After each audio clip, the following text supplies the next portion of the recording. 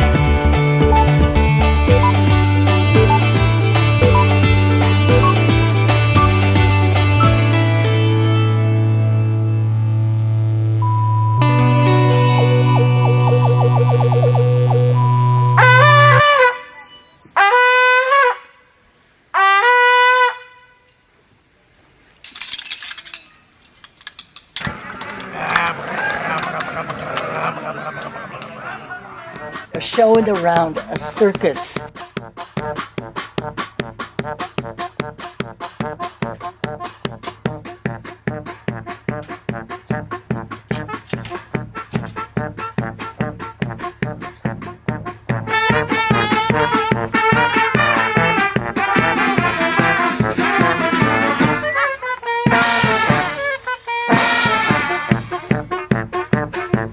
Puppetry is a great art form, the greatest art form there is. It's even more of a Gesamtkunstwerk than opera, an art that includes many arts.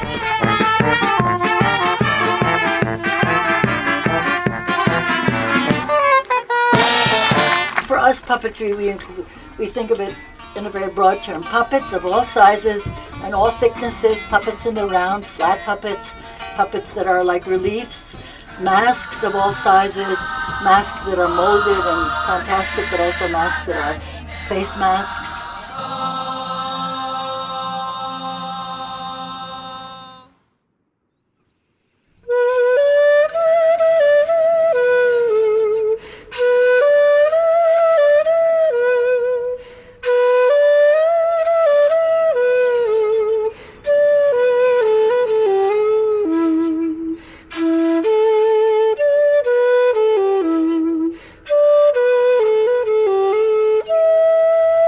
Western Port Bay has deep channels which disperse to shallow waters and extensive tidal mudflats in its northern reaches.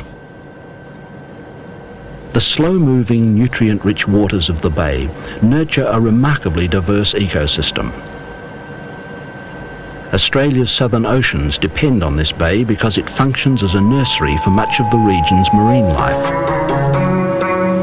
The race for industrial development took off in the late 60s, spurred on by the state government. There was talk of an international airport and dreams of nuclear power. A scheme was devised to fill in large parts of the bay for port facilities and heavy industry.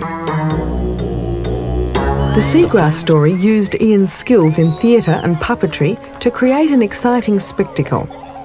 An event which would draw attention to the unexplained disappearance from the bay of large tracts of seagrass, the very basis of the food chain.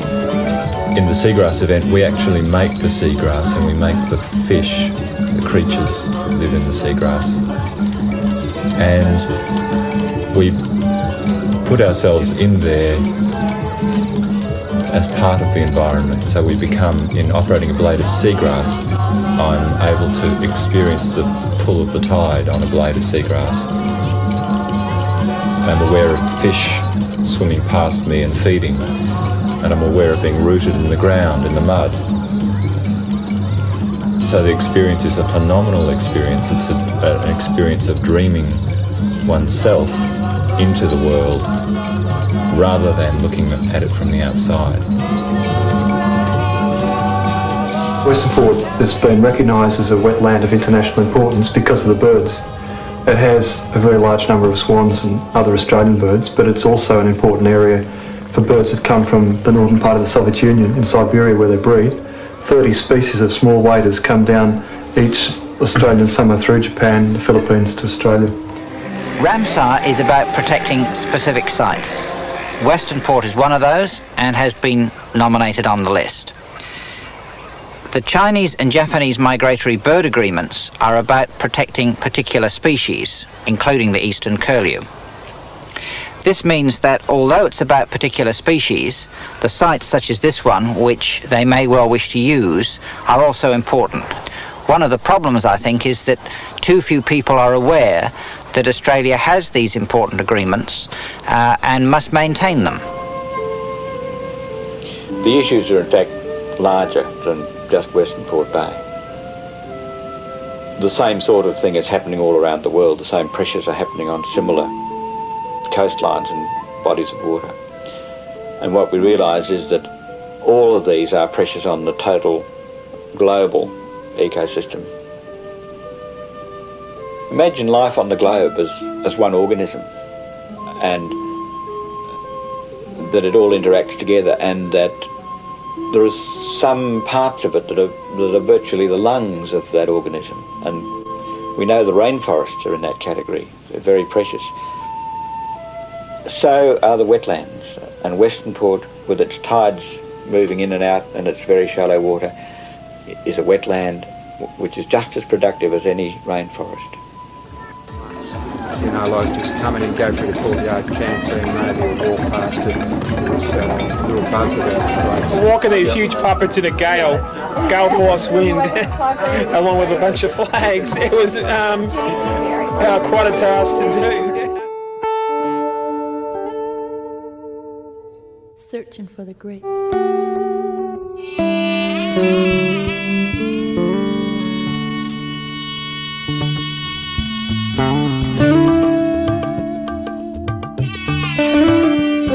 Nothing stands in isolation. So when you look at a tree, you don't just look at a tree. You know that tree exists only because there is a soil. Tree exists only because there is a sunshine. Tree exists only because there is air. So many things make the tree.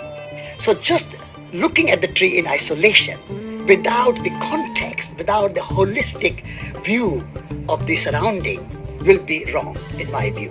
So holistic to me means seeing everything in their context, in their whole perspective, rather than in isolation. See the light of day, see the light of day, see the light of a new day, see the light of a new day, a new day, a new way.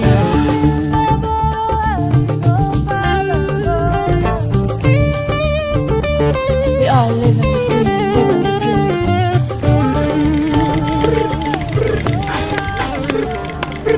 There's one race in this world, one people, and we are it. So let's bind together as one, not as individuals.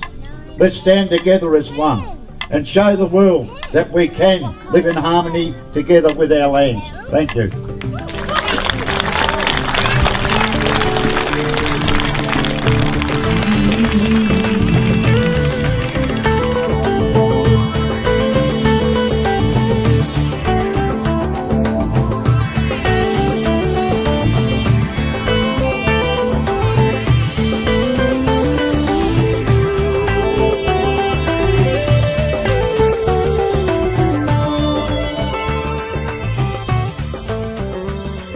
If we consider the rock has spirit, tree has spirit, we will have a kind of respect for the rock, for the forest, for the rivers. We will not pollute them. We will not destroy them. We will not create global warming if we had a spiritual attitude towards the universe. We will have a kind of humility, ecological humility, because we have spiritual values.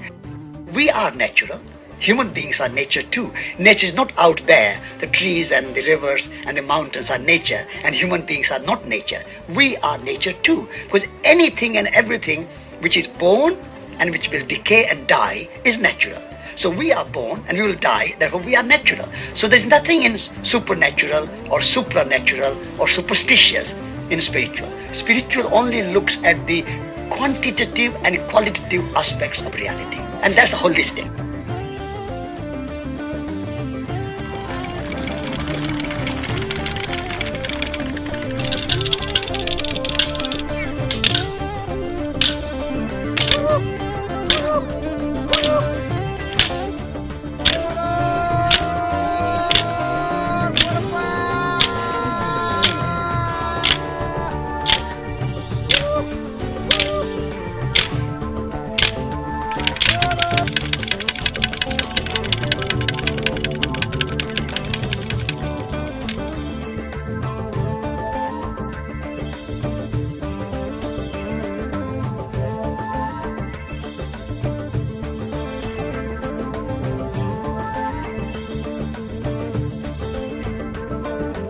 If you have a spiritual attitude towards the universe, then you take care of the earth, not because of fear of the end of the world or end of civilization, but because of a kind of love and respect for the earth.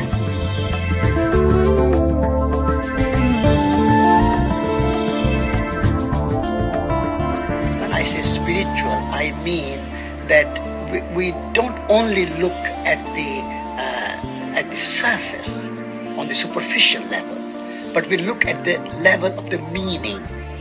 When you bring the meaning into your understanding and into your dialogue and your discourse, then it becomes a bigger and a broader discourse.